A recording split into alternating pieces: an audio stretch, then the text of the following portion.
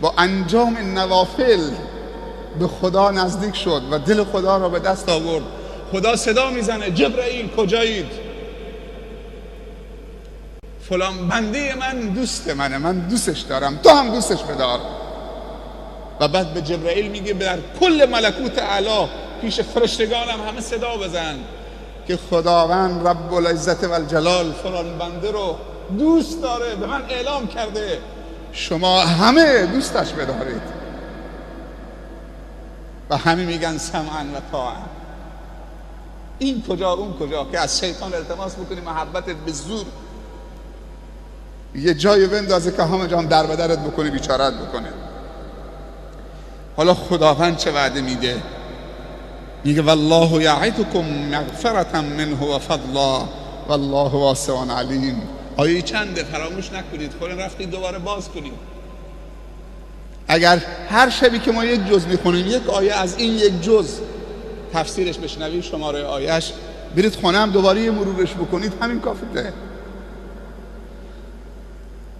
والله یعدکم، اول گفت شیطان یعدکم، بعد میگه والله یعدکم، خداوندم به شما وعده میده و خلف وعده کار نمیکنه. چی وعده میده؟ مغفرتن. سبحان الله، مغفرتن. این رمضانی که فرستاده پیش ما جیبش پر مغفرته. من امروز تو مدرسه، تو مسجد مدرسه صحبت میکردم برای طلاب، یه دفعه تو ذهنم آمد سخاوت پیامبر در آخر رمضان. دیشبم اشاره کردم.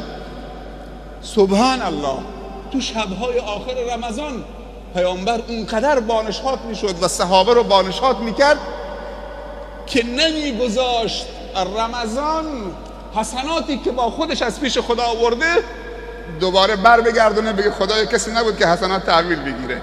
یعنی تو آخرین حسنه ای که تو جیب رمضان بود پیامبر صلی الله علیه و سلم و یارانش تو شبهای آخر رمضان در می آوردن.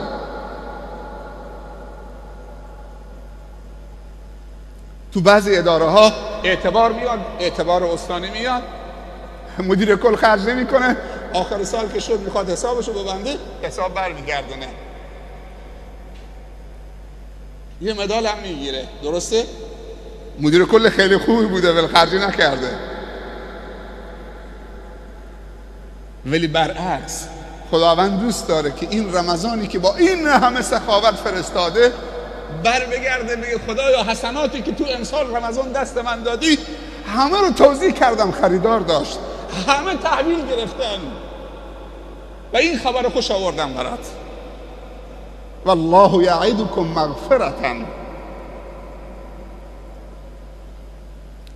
شخصی به اسم مستح، نمیدونم اسم شنیدی، رضی الله عنه، این کسی بود که وقتی که منافقین در مدینه تهمت زدن به ام المؤمنین عایشه جریان افک، اینم یکی از کسانی بود که شیطان بالاخره وسوسش کرد، یه حرفایی پشت سر ام المؤمنین عایشه زد.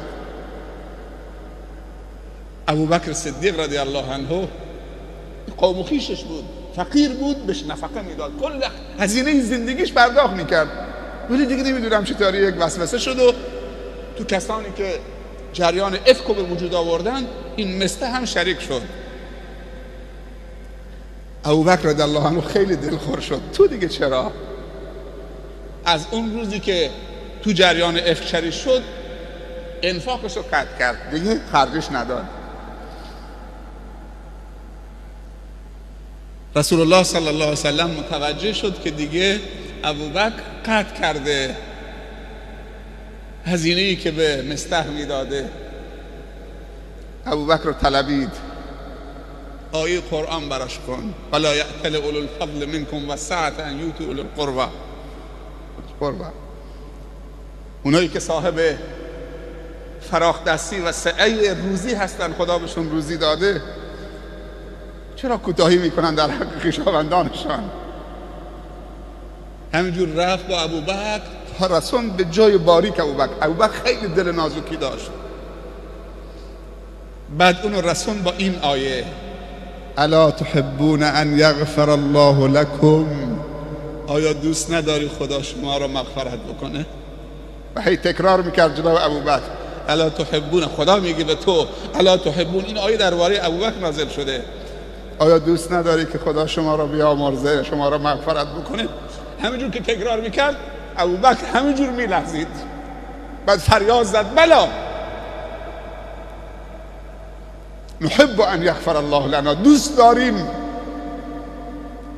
تشنه مغفرت خدا هستیم، دوست داریم که خدا ما را بیامرزه، مغفرت بکنه. گفت پس برو از امروز اون مقوله مستح و نادیده بگیر، انگار که چیزی به دخترتو نگفته. اگه دخترتو هست همسر منم هست، برو از نور نفقهشو بده. ابوبکر خوشحال شد و توبه کرد و دوباره رفت نفقه مستح و داد. چه دل بزرگی داشتن و چه گوش شنوایی که اگر هر بدی تو زندگیشون بهشون میکردن وقتی خدا میگفت تسلیم میشد. فقط به خاطر خدا. کسی به دخترت بگه زناکار، اون دخترت هم همسر اشرف الرسل، نفر دوم بعد از خداوند. جبرئیل چه کاره است؟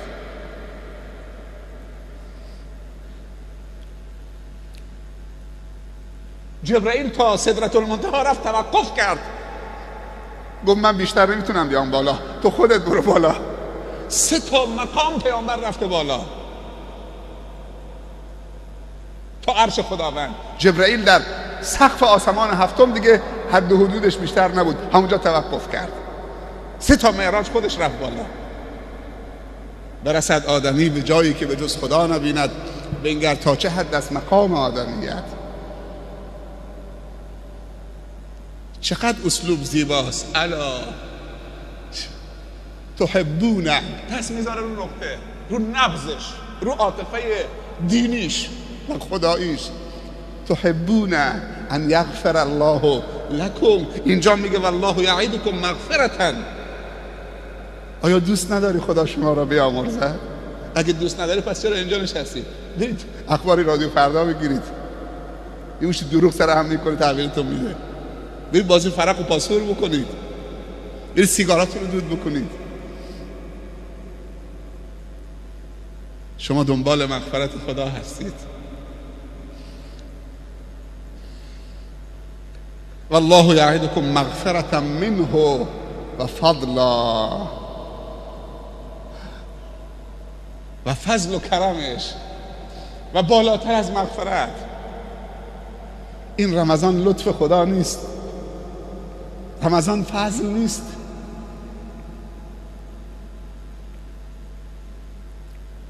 یکی از ویژگی های رمضان که سبب مغفرت میشه، نه یک ویژگی که داره، یکی از ویژگی های رمضان سبب صبر میشه.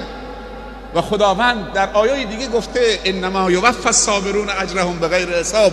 خداوند صبر پاداش صابرین به خاطر رضای خدا به غیر حساب میده، بدون شمارش میده. سبحان الله. رمضان که یکی از ویژگی های رمضان سبب تقوا میشه، لعلکم تتقون. نه یک ویژگی داره رمضان که رمضان فضل خداست، سخاوت خداست، کرم خداست، رحم خداست، بخشش خداست، لطف خداست، خیرخواهی خداست، مغفرت خداست. و در حدیث داریم که پیامبر صلی الله علیه و سلم آمین گفت رو منبر که رفت. گفت چرا آمین گفتی؟ گفت جبرئیل دعا کرد از رحمت خدا به دور باد کسی که رمضان بیاد سالم و زنده و سالم و مقیم و غیر معذور باشه، این رمضان داخل بشه، چشم به هم بزنه، رمضان خارج بشه، رمضان سبب مغفرت و آمرزش این آقا و خانم نشه. از رحمت خدا به دور باد چنین شخصی. جبرئیل داره میگه ای محمد بگو آمین، من دعا میکنم تو بگو آمین. و من گفتم آمین. پناه به خدا که رمضان ما بیاد و رمضان ما بره، روز عید چیزی تو کف دست ما نذارن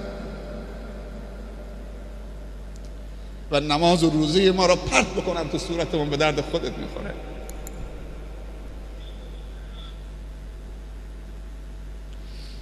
والله واسع علیم. و خداوند اونقدر توسعه دهنده هست برای کسانی که خواهان افزایش هدایتشون هستن، توسعه هستن در زمینه های کارهای خیر، در همه زمینه. پس بدونن که طرفشون الله والله واسعان. برای هر کسی که بخواد اون اندازه وسعت میده بی نهایت. علیم. و خداوند بر مبنای علم با بندگانش صحبت میکنه، بر مبنای جهل نه. آیه چند بود؟ آیه 268. همیشه رقم آیه بعد از آیه نوشته میشه. الشیطانو، یه بار دیگه میخونم، یعیدکم، کلمه به کلمه تو ذهن دار چه گفتم؟ الفقر و یأمرکم بالفحشاء والله یعیدکم مغفرة منه و فضلا والله واسع علیم. خب دیگه به همین آیه اکتفا میکنیم. اگه برادرمون ستار بیاد که دوباره این آیه رو بخونه ممنون میشیم، تثبیت میشه این معلومات تو ذهنمون. ولی وقتی رفتی خونه این آیه رو در بیاری، دوباره یه مرور روش بکنید، همه این برنامه هایی که گفتم تو ذهنت بیار، نگاه کن چی میشی، چقدر مشتاق خدا میشید و چقدر متنفر از شیطان میشید. برادرمون ستار بفرمایید. خب موفق باشید.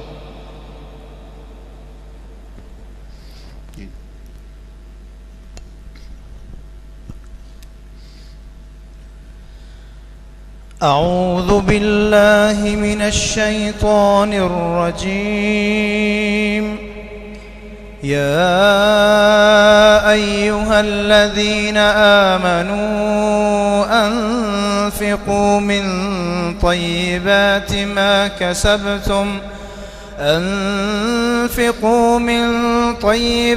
ما كسبتم ومما أخرجنا لكم من الأرض ولا تيمموا الخبيث منه تنفقون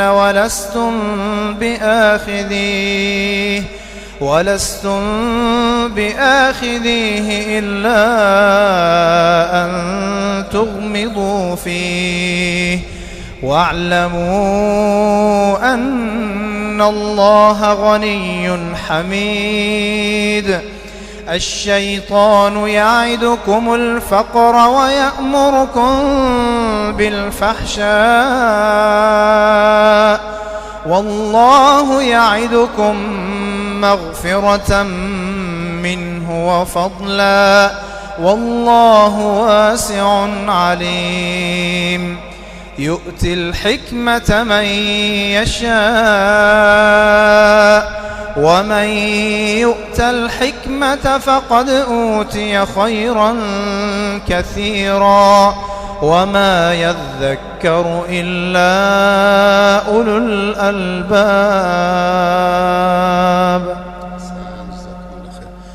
آیه قبلش هم درباره انفاق بود، نه؟